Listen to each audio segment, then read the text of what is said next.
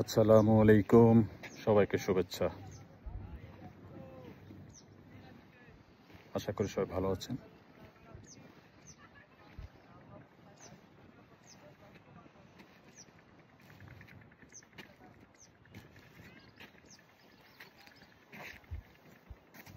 ওপাশে সুন্দরবন দেখা যাচ্ছে।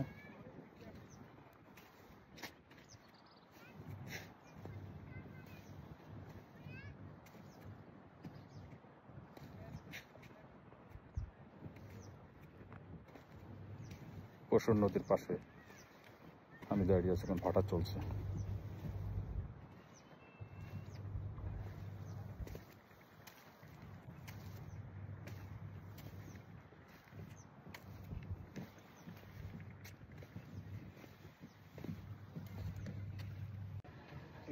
আমাদের যাদের আক্ষেপ, আল্লাহ আমাদের সম্পদ কেন দেয় না, টাকা পয়সা কেন দেয় না? টাকা পয়সা ধন দৌলতের পিছনে পড়ে আছি, হাজার হাজার কোটি টাকার প্রয়োজন। টাকা পয়সার জন্য এমন কোনো কাজ নাই যা করতে পারি না। তারা একটা ভেবে দেখেছেন যে কিছুই যাবে না সঙ্গে, এক সময় এই 3.5 হাত মাটির নিচেই যাইতে হবে সবাইকে। তো জাস্ট আমার সঙ্গে একজন ভাই আছে,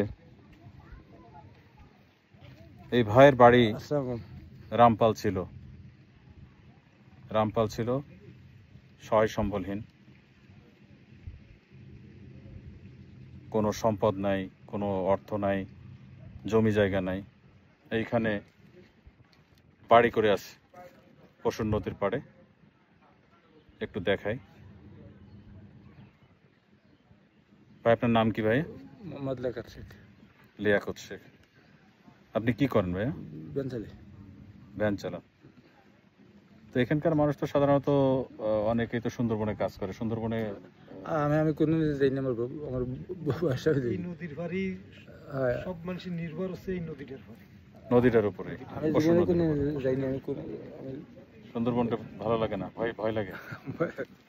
কোনোদিন যাইনি। আর কোনোদিন আমি আগে ব্যান চালানোর ওইটাই আমার রুটি রুজির মাধ্যম।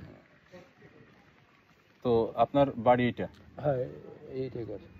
এবার একটু চিন্তা করেন, যারা হাজার হাজার টাকা দামে, মানে শত শত কোটি টাকা দামের অট্টালিকায় বসবাস করেন, একটা বাড়ি, এই বাড়িতে থাকতে পারবেন আপনারা? কেউ ভেঙে সব নদীতে গেছে।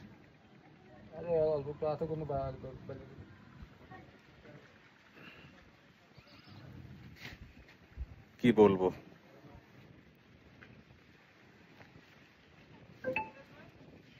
বলার কিছু নাই।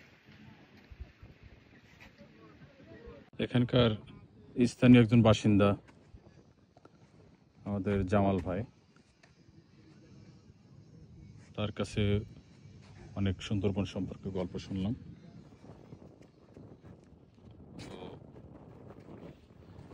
তিনি বললেন বিভিন্ন গল্প, স্মৃতি বিজড়িত অনেক ঘটনা।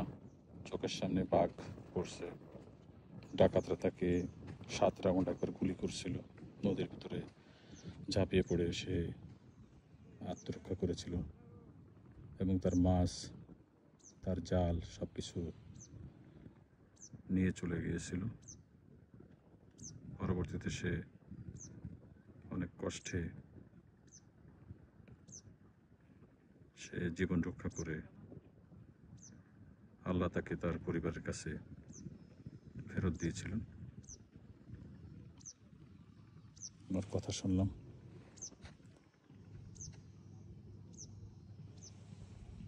এখানে এলাকার অনেক মানুষ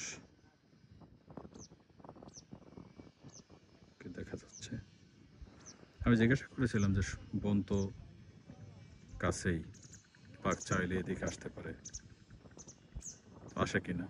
বললো যে এখন খুব একটা আসে না, কারণ জঙ্গলে বাঘের পরিমাণ অনেক কমে গেছে।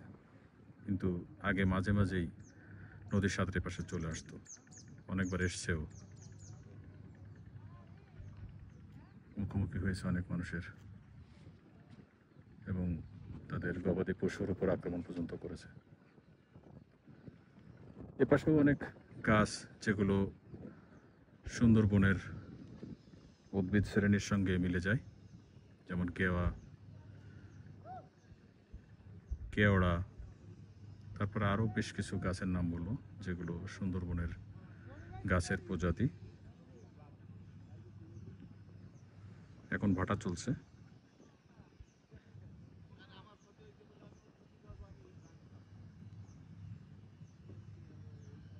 দেখছেন একটা জাহাজ যাচ্ছে, এগুলো মংলাপোর্ট থেকে লোড বা আনলোড হয়ে এখন সাগরের দিকে বের হয়ে যাচ্ছে। সাগরের দিকে এখন প্রচুর পরিমাণে পর্যটকের সমাগম সুন্দরবনে, কারণ এখন পিক টাইম। আপনারাও আসতে পারেন।